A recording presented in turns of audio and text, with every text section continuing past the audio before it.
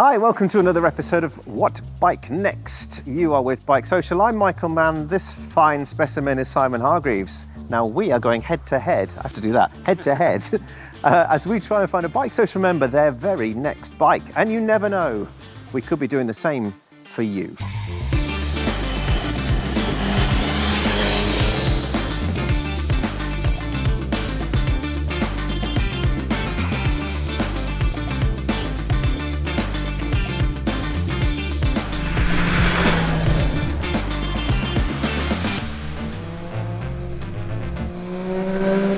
And we start, like always, by offering enormous thanks to Metzler Tyres for helping us make this video.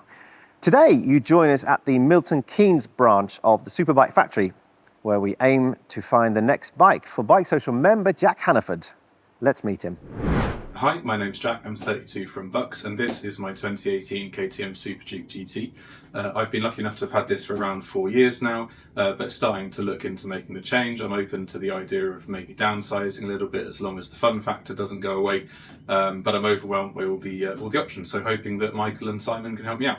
And here is real life Jack. Hi. Jack, welcome to the show. Thank you so much for letting us be a part of this, and hopefully we can do some form of justice here. Oh, thanks for having me. Do you want to start actually by telling us a little bit more about you? How old are you? Where are you from? What do you do? Sure, yeah, my name's Jack, I'm 32, I'm from Bucks, kind of slightly too near to High Wycombe, and I write contracts for pharmaceutical companies. Now, I understand today's a special day because it's your birthday. It is. Happy birthday. Yay. Let's not do that. Let's not do that. Excellent. So let's hear a bit about your motorcycling background. Sure. So what do you ride right now? I've got a KTM SuperDuke GT. Okay, the 1290 GT. 1290, yeah. Right, okay. Fruity. And what are you looking for? I'm looking for a change, really. I really like a lot of things about the KTM. There are certain things I'm not so sure about. So it's a great bike, very fast, great amount of fun. I'm not sure I need that amount of power to have that much fun. I don't mind having it, but I'm open to the idea of downsizing. I'm a bit concerned about the reliability of it. I've had a few things go wrong, which the dealer I bought it from, KTM in Hemel, have been fantastic and really helped me out. But we're quite a long way out of warranty now, and I'm a little bit nervous about that. And yeah, really looking for a bit of a change. Right, okay. What do you use the bike for? Pretty 50-50 commuting and fun. Most of my riding is sort of short range. I don't have the chance to do too many big tours. Maybe once or twice a year I'll go to Wales or something with my dad. So something that's not going to break me in half for the odd long day. Okay, so the GT is quite premium in terms of its performance, in terms of its what it comes with, its spec. Yeah. So are you say you're looking maybe to downsize a little bit? I'm open to it. Doesn't have to be a downsize, but it's certainly something I'm open to. I think the main thing for me with bike choice is the character of the bike. So if the bike wants to have a bit of fun, if it can chill out, it's also nice. But if the bike wants to have a bit of fun, then it's great. But it doesn't have to be a smaller bike necessarily. In terms of must-haves, a little bit of comfort, just a little bit is fine. ABS is like my absolute minimum, but hopefully we can get maybe a shifter blipper. A few more gadgets. Yeah. Do you like the riding position of the GT? Do you like it as a bit more upright? Are you into a bit more sporty? I'm not into super sports. No. I can go a bit more canted forward. So I've had 2 VFRs in the past. Oh, yeah. They're probably about as canted forward as I want to go. I know they're not an aggressive bike, but I do prefer to be upright, yeah. Gives us an idea then. Yeah. How about electronics? You've already mentioned blipper and traction control ABS. Anything else that you want or don't want? Cruise control is a big plus. I haven't got anything I don't want because I can probably turn it off. So in terms of style of bike, I'm trying to get a handle on the style of bike that you want. Is there any particular style that you don't want? No super sports. No super sports? I had the opportunity to play on a Fireblade a few times and it's fun for 45 minutes. Yeah. Then it starts hurting my wrists. I don't like kind of Harley-style cruisers. Okay. No cruisers. I've always been interested in something like a Diavel. That's about as cruiser I would go. But other than that, I'm really open. So adventure bikes are on the menu. Absolutely. Something retro-flavoured maybe is on the menu. If it handles properly, yeah. Okay, something fairly upright and a naked street bike. Yeah. Fairing is a must-have or mustn't No, have? happy with no fairing. So I've had 2 VFRs, I had a CB 1000R, the Neo Cafe, the newer one, and the SuperDuke GT, which I run without a screen because of the buffeting. So wind blast isn't a problem. Happy with that. Wow, Yeah. okay. And in terms of brands, is there any, like, I really don't want one of those? Or No, not really. Something that's reasonably reliable is up there. I don't have loads of time to ride, like a lot of us don't. So something that would start when I turn the key is helpful. But otherwise I'm pretty open. No prejudices. What sort of money have you got for us to play with? I've been very fortunate. I can kind of go up to the 12, 13 mark. That's not a target. If it absolutely blew me away, ticked every single box, great. But it's not my target. So that's quite a wide target then. Yeah, I've given you a problem, and the problem is I love motorbikes, and I love pretty much all of them. We're going to be working for our money today, aren't we? Yeah. In a way, easy to keep happy, but maybe I don't 100% know what I want either, so I could really use some help. We've got plenty of bikes here to choose from. I reckon it's time to shop. Okay. Right, let's see if we can find Jack his next bike. Jack's going to test ride 3 used bikes we think might suit him best. One chosen by me, one chosen by Simon, and a third option we call the mystery bike, as chosen this time by Superbike Factory's technician, Devon Hudson. Then at the end, we're going to find out which bike Jack prefers, and hopefully we'll have answered his question. What bike next? Jack will be testing our 3 bike choices on the What Bike Next test route.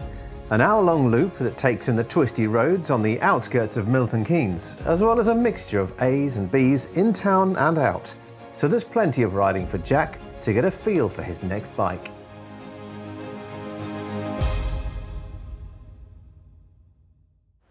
Don't know about you, matey, but my shopping list is massive. Huge, isn't it? I'm getting definite kind of downsized sports tourer vibes with a hint of adventure in there as well. I don't know about you. Yeah, I might go that way. I might might go go that that way, way. I'm might not go that way. sure. All right. Right, Have a anyway, look. onwards.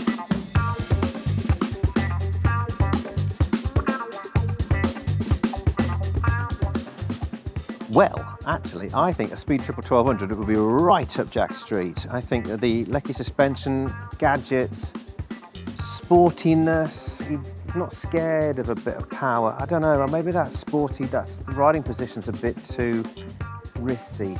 He talked about that VFR, didn't he? I think I might leave this one. This is a tough one to figure. Jack's choice is so wide-ranging. I mean, he says there's some adventure in there possibly, so maybe the V-Strom 1050, maybe Ducati's 950. This is the standard 950, not the S with the active, semi-active suspension, but even so, good bike, kind of combination of an adventure and road bike. Maybe, but I don't think it's downsizing quite enough, because I think he wants something a bit smaller, a bit easier to manage. Tiger 900 James Bond edition, yes.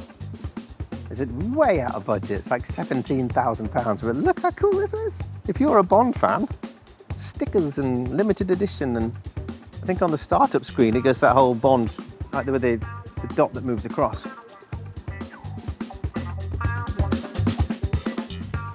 Well, no surprise, I'm looking at an MT-09 because of that CP3 engine. MT-09 SP, it's definitely possible. It's kind of a downsizing for him. I've got a sneaky feeling he wants something with a fairing though, so maybe the whole nakedness doesn't work. And also, this is the sort of the first generation, if you like, or maybe the second gen, but it's the 847cc triple, not the 890. And I'm thinking maybe he wants something with the 890cc engine and a fairing?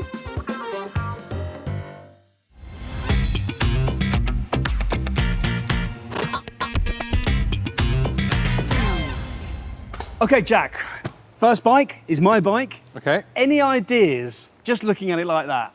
From here, Yeah, a Not little sure what it tweak means. here maybe? Come on, let's get them off, let's get them off. Ugh.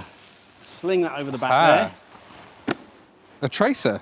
The Tracer, Interesting. Tracer 9 GT, 2022 model, So we're keeping with the GT. even with the GT theme. This is 715 miles on this from Okay. new. It's £10,090, so it's undercutting a new bike, Yeah. which effectively what it is, 600 mile service and it's brand new, by about £3,000, I think.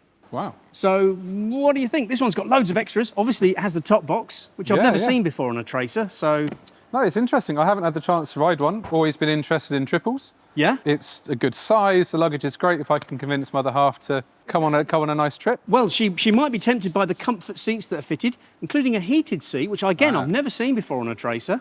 That's good. So we have a heated seat, we have tons of gadgets, we have quick shifter, we have engine bars, we have fog lights on this bike. Oh, and we've got like Star Wars clocks on it as well. You have got the Star Wars clocks because this isn't the GT Plus. Okay, So heated grips, centre stand, I mean, it comes with everything. it's got the lot. This is kitted, and it's got that hilarious CP3 engine. It was on your shopping list? Yeah, I'm keen to have a go. I haven't had the chance to try it, and it ticks a lot of boxes. Good. I'm just looking for that smile. That Yeah. kind of like, oh, yeah. The smile comes when I get to do that. Yeah, we'll do on that's this. the thing. Excellent. Should we go for a ride? Sounds good.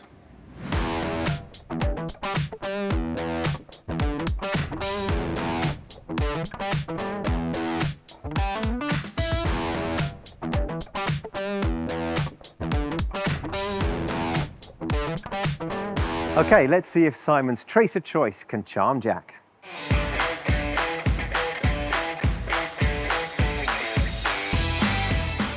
So, Jack, you want a bike with character, but not the kind of character that can get tiresome. You want something fun and light-hearted, but also a bike with a bit of an edge to its performance when you want to crack on.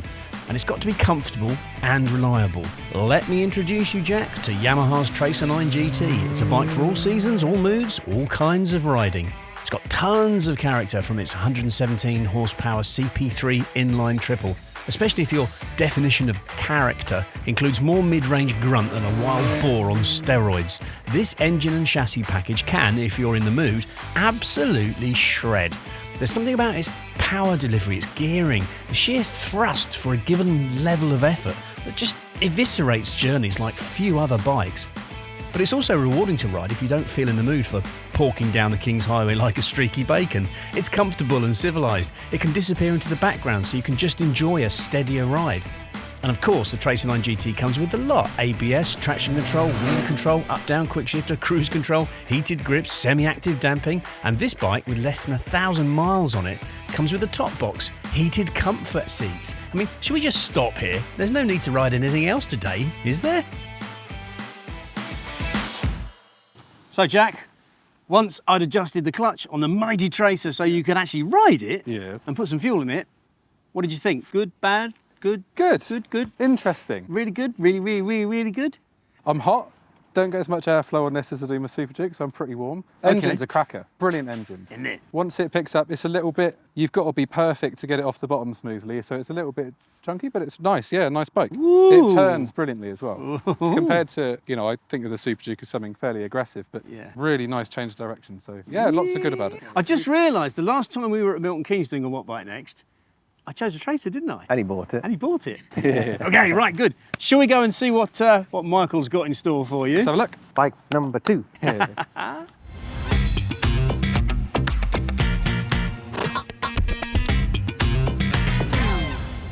But what if Jack doesn't fancy a triple with all that luggage? Onto bike number 2. Right, time for the big reveal, bike number 2. I don't know why I'm clapping. I don't know why I'm clapping with you. I don't. Yeah. Shall we? Do you want to do that bit and I'll do this bit? It's blue. There we are. Now then, behold! Aha! The Suzuki GSX 1000 GT. In fact, it matches your jacket. It How does. perfect. Look, see, it's made. It's like it was written in the stars. It's quite a pretty thing, isn't it?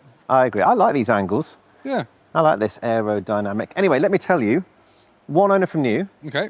less than 2,000 miles, Great. quick shifter up and down as standard, riding modes, 150 brake horsepower, very controllable, a buttery smooth engine. I'm quoting S. Hargreaves, by the way, when he did the review. Yeah. Yeah, 999cc inline 4. Okay. Very, very comfortable. In fact, I've got a quote here from Simon's review that I must read to you. The GT engine is blissfully, creamily, drip melted butter on my nipples smooth. Wow. Yes, it feels refined, sophisticated, and utterly buzz-free. It's a doddle to access its performance and finesse its fulsome power delivery. I'm not sure I'm ready for what this bike promises. It Yes, sounds, yeah. it sounds erotic It more does. than anything. Would you care for a test drive, I'd sir? love to. Let's do it.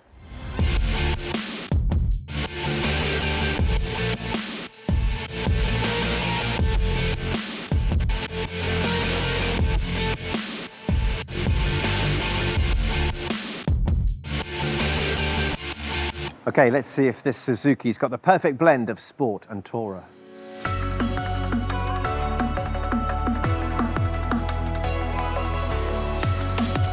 Right then, Jack. I hope you're managing to access that fulsome power delivery rather than concentrating on Simon's buttery nipples. Well, what an inspired choice this Suzuki GSX 1000 GT was. But then again, I would say that, wouldn't I?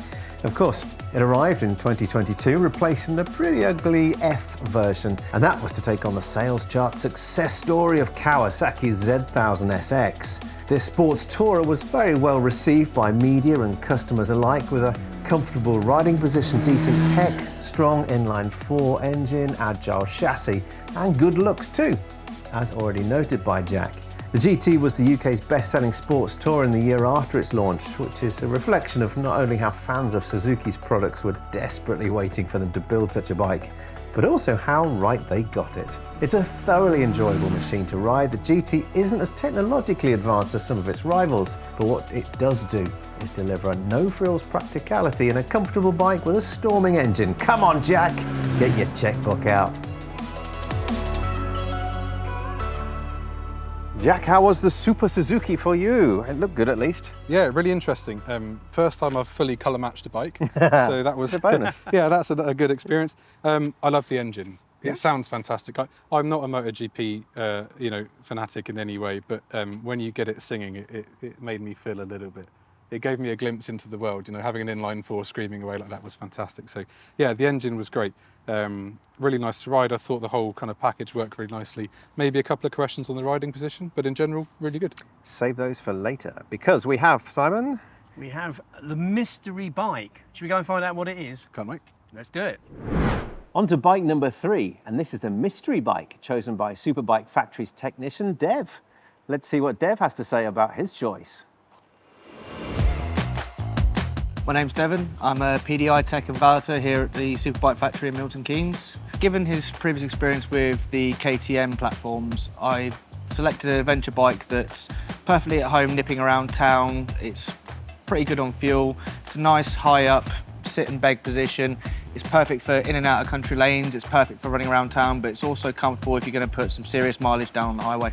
You don't see them very often, but when you do, it's the kind of thing that makes your head turn. People look at it and go, "Ooh, what's that?" One of these, you don't see them, and it's going to be a bit of an eye catcher. Jack, right, it's a lovely day out there. We've had some good riding. Should we look at bike number 3, the mystery bike? Let's do it. As chosen by Superbike Factory. Let's have a look. It's a bit of a mystery. Mystery. Oh, it's a big Not a front wheel. Grom, is it? It's not a Grom. It's a Husky. Oh, hello. Oh, I love that. Cheat sheet on the seat. Yeah, Husky Norden 901. It's a 2023 bike. What? Brand new. Okay. 9790 is your price. 3,000 miles on the clock. Familiar 890, isn't it? KTM engine. Yeah. This is a probably left field choice, and you wanted, you had some adventure bikes in your kind of wish list. Yeah, absolutely. So they've got an adventure bike for you. And I suppose, bearing in mind what you said earlier, importantly, I guess it's still under warranty. So what do you think? It's interesting. I think it looks really nice, actually. It's got kind of a funky thing, isn't it? They are good-looking bikes, I've got to say. Yeah, we've had a triple, an inline four, and a twin now. Aye, so it'll look be at that. interesting to. I've never thought about it somehow. This hasn't been a bike that's ever come across my radar. The KTM element of it is quite familiar to you, I suppose, in that respect. KTMs have an attitude about them, all the ones I've ridden, and I really enjoy that. I like a bit of punch. So if it retains some of that, I think it'd be really interesting. It's going to be comfortable. It looks like it could even do a little bit of green laning if I picked a nice day. I don't have the resources or the space to have a green lane bike twice a year. Yeah. So no, I am really excited. I mean, in terms of commuting, it's perfect because it's slim. Yeah. It's got a big tank. What's that? 20? 19. Yeah, but they're good for MPGs. They are good on MPG. Your top box, it's all perfect. Should we go for a ride?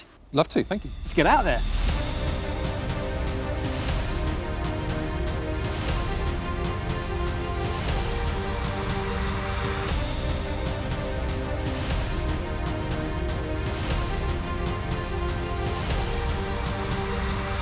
Well, let's see if bike number 3 can win Jack over.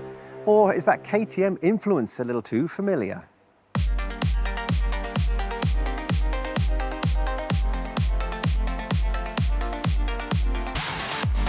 The Husqvarna is a pretty cool left field choice here by Devon, hoping Jack will recognise the same commitment to hooning that KTM seem to imbue all their bikes with, but also appreciate the 901's extra veneer of class, because the Norden is, of course, KTM's potent 890 parallel twin, making a lusty 103 horsepower, dressed up in a rather posh Austro-Swedish frock, rather in the manner of a European aristocrat, and you've got to love the 901's style and swagger. As Jack noted, the 901 is on a 21-inch front and long travel suspension, so there's a bit to get used to in terms of riding dynamic, and it's a bit tiptoes. But a Norden, no prizes for guessing the name means the North in Scandi, will give you access to a different flavour of riding if you choose to head off down a few green lanes. You can even take your sandwiches with you in the top box. And as Devon pointed out, the 901 is a practical bike too, comfy for a few big trips and with a decent tank range. Only question is Jack really ready for this kind of adventure? So then, Jack, you've been out for a ride now on the mighty Husqvarna Dennis Yeah. 901. Too young for that one, I'm afraid. Dennis Norden. No, sorry. Oh, come on. I know, 90s Oh, baby, It's just sorry. us old men. Oh, you're not old either. I've got grey. I've got more grey now after that. Top line, what do you reckon? Lots of good. Few firsts for me. First time on a 21-inch front wheel. Okay. First time on sort of knobbies. So we were talking about that a little bit. Dynamics to get used to. Yeah, a lot But to I get used to there. but predictably, I like the engine. It's husky, but it's a KTM really, and it has the attitude that I enjoy. So yeah, lots of things I enjoyed. So about that's it. your Good first fun. adventure bike, really? Depends what you call it, the Tracer, I suppose. Yeah. But yeah, first adventure bike. Really comfortable. Weirdly, I could probably do with a bit more of a scoop. I felt like I was sliding a little bit, but yeah, good. Food for thought. Well, yeah. Why don't we grab a cuppa or a water? It's a hot day, and go and have a proper chat inside. Sounds good.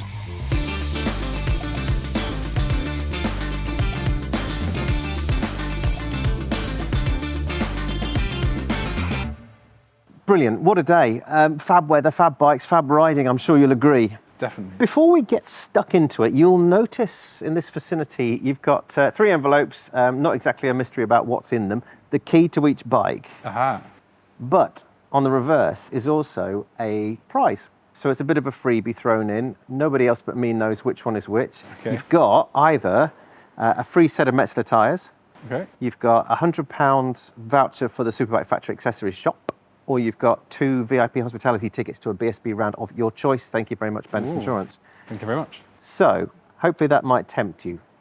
But let's start at the start, shall we, and talk about the first bike you rode was Simon's choice, the Tracer 9. What was it that you liked the most? The engine. I really enjoyed the engine once we'd got the clutch sorted. Yes, yes. I really enjoyed the engine on the Yamaha. I think you had to be a little bit gentle with it from a closed throttle, but you can forgive that. It was a really exciting one to use. An engine that compared to my SuperDuke you can use all of on the road without feeling like something terrible is about to happen or that you're about to get very told off.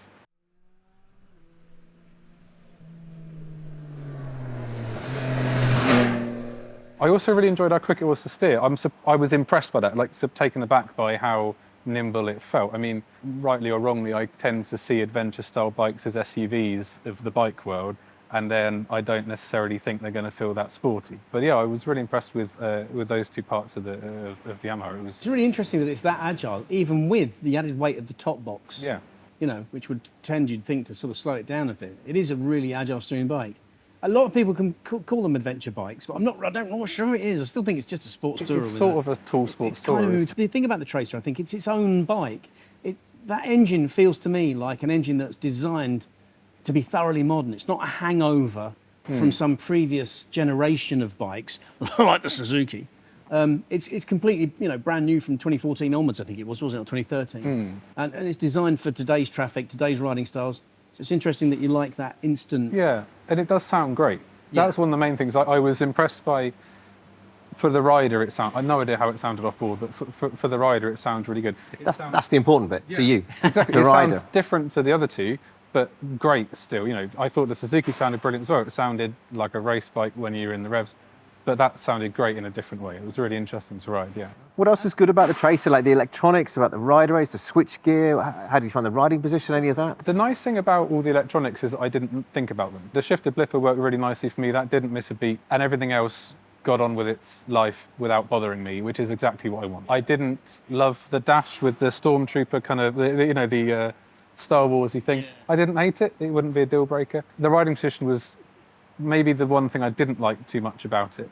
I felt very locked in and quite close to the tank. I know I said I don't like a sporty riding position, but I would maybe like to get a little bit more of a lean going. I felt very kind of locked into a 90-degree angle, and no matter what I did with the screen, I couldn't get comfortable with that. So I was going to ask about the screen, because buffeting is something that you're really kind of conscious Yeah. of and sensitive to. Yeah. And it's one criticism of that screen, that it is fairly buffety. I'm not sure, looking at that, I think that's a touring screen, could be wrong, it might be a standard screen, but how was the wind? It wasn't awful, but if it was my bike, I'd probably first of all just try taking it off completely, which is what Right. I've done with my SuperDuke. Really? I don't mind riding in the air as long as it's clean. It's the turbulence that I struggle with. Yeah, sure. So it's a contender. Absolutely. It's in the mix. It's in the mix. Okay, it's in the mix. Should we move on to bike number 2? Yes. The mighty Suzuki. And it was. It suited and it fitted and it looked you look right on it. Obviously, we joked a little bit about the jacket matching the colour scheme, Yeah. but genuinely, you look good on it. And you've already mentioned the sound.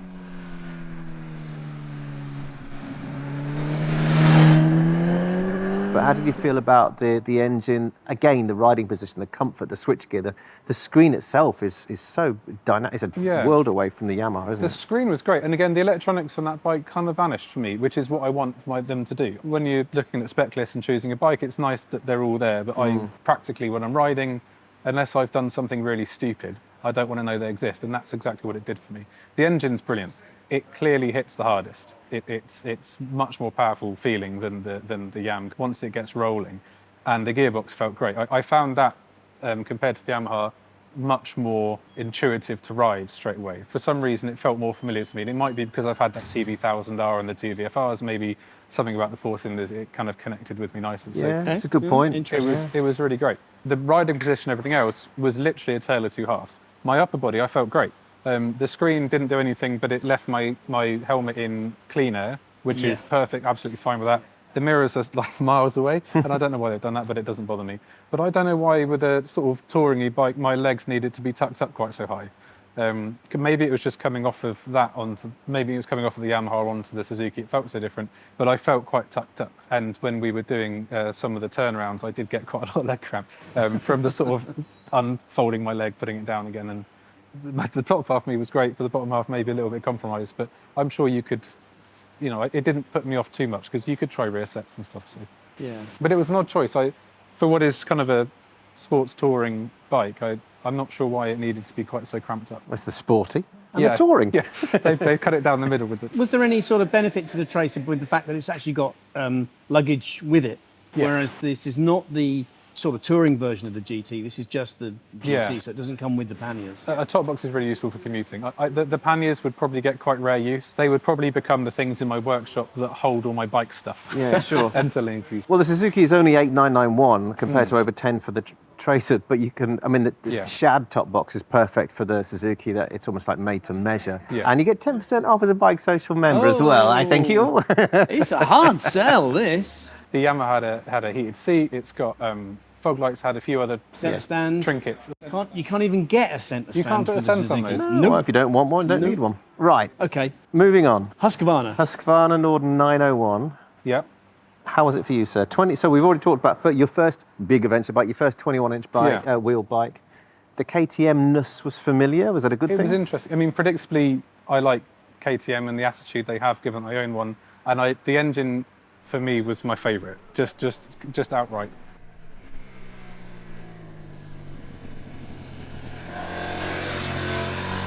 I found it has so much. I'm not sure how the dyno chart would stack up. It feels like it's got so much more torque than the Yamaha. It's all down the bottom, isn't it? Yeah, and that to me is how I like to ride on the road. If it was a track proposition, I'm not a track rider, but I think maybe I'd prefer the flexibility of a few more revs.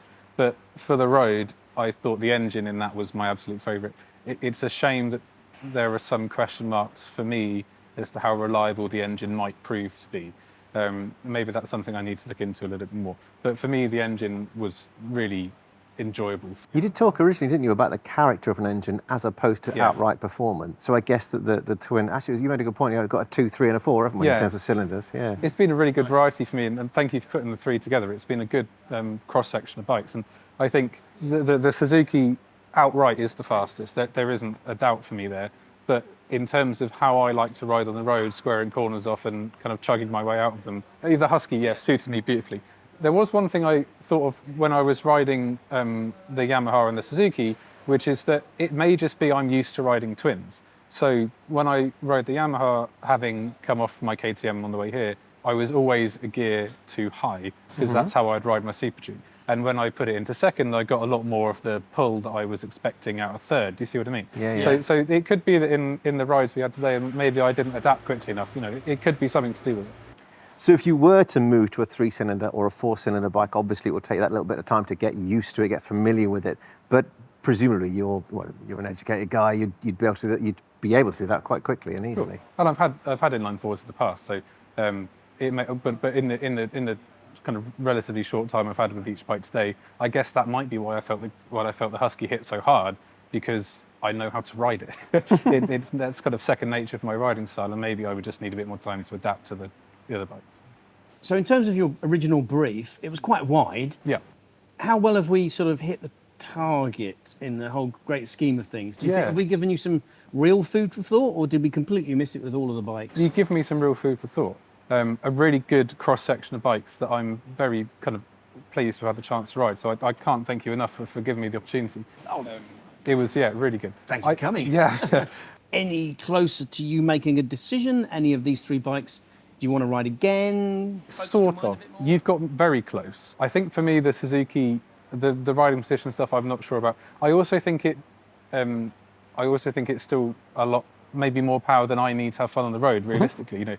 Downsizing was something I was open to, and I think this has been an interesting way for me to explore the option. Where my head's at the moment is I really enjoyed the Yamaha, but I would like to try an MT-09. I knew he was going to say that.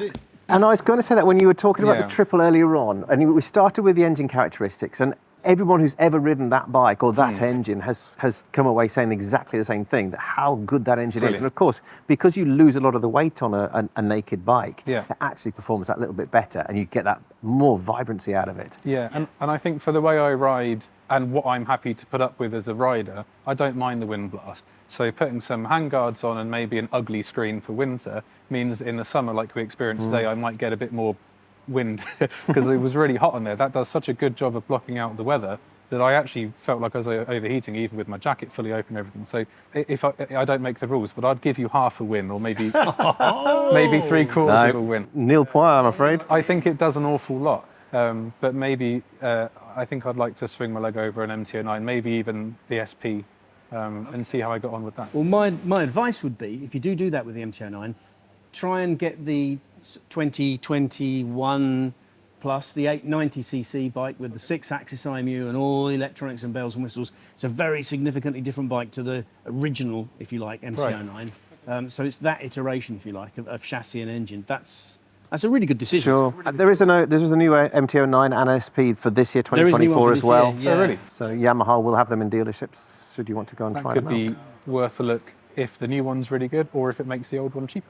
Do you think there's anything that we missed? Is there anything that you would like to have ridden today when you first turned up? You thought, they haven't got a... I thought you might have chucked a Triumph of some sort at me. I'm not sure why I thought that. I thought maybe a Tiger 900 might appear, but I don't feel sad to have not ridden one. I think if I'm pleased that we had a twin, a triple, and an inline four, and by all accounts, the Yamaha triple is a bit spicier than the Triumph triple, so in the Tiger form anyway. So I thought that might show up, but I'm not sad that it didn't. Good stuff. All right. Again, thank you so much for letting us be a part of your process. Thank you. And thank you for coming on the show. Let us know what you end up with, won't you? Yeah, of course. Thank you again. And it's been a really fun day out. So thank you for the opportunity. Cheers, Jack. Cheers. Thank you. Thanks once again to Metzler Tyres for helping us make this video. Don't forget, you must go and try out their new Roadtech 02. Well, I think we've helped Jack narrow down his options from when he arrived here this morning. Had a huge, great menu available to him, and he's gone away with plenty to think about and possibly a few more options to ride as well. So I'd like to think we've done him a fairly good job, and I like the way that he was enthusiastic about the process and eloquent too. It was great to hear his feedback. Of course, if you've got any feedback, if you want to see anything else in the next series of What Bike Next, if you want to take part in the next series, enquiries at BikeSocial.co.uk is where you need to be. Drop us an email. If you've got any ideas of what Jack should have ridden today, again, drop them in the comments section below.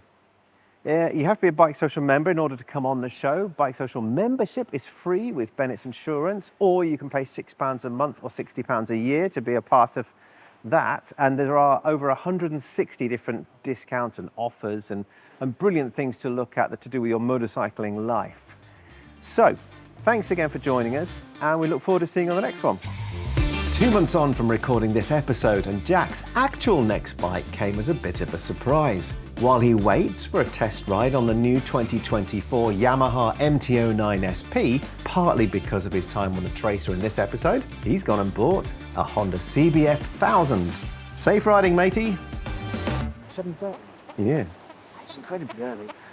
He's an eager beaver, and bask in the glory, and say, we don't need to do any more, I'm buying it. No.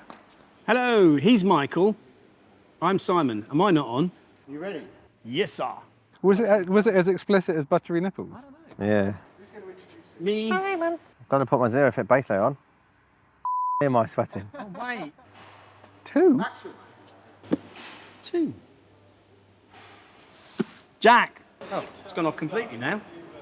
Weird. What's wrong with that? Probably because I have been responsible for charging them. How much is that? The tracer was £10,090. I can't do those big deep claps. So,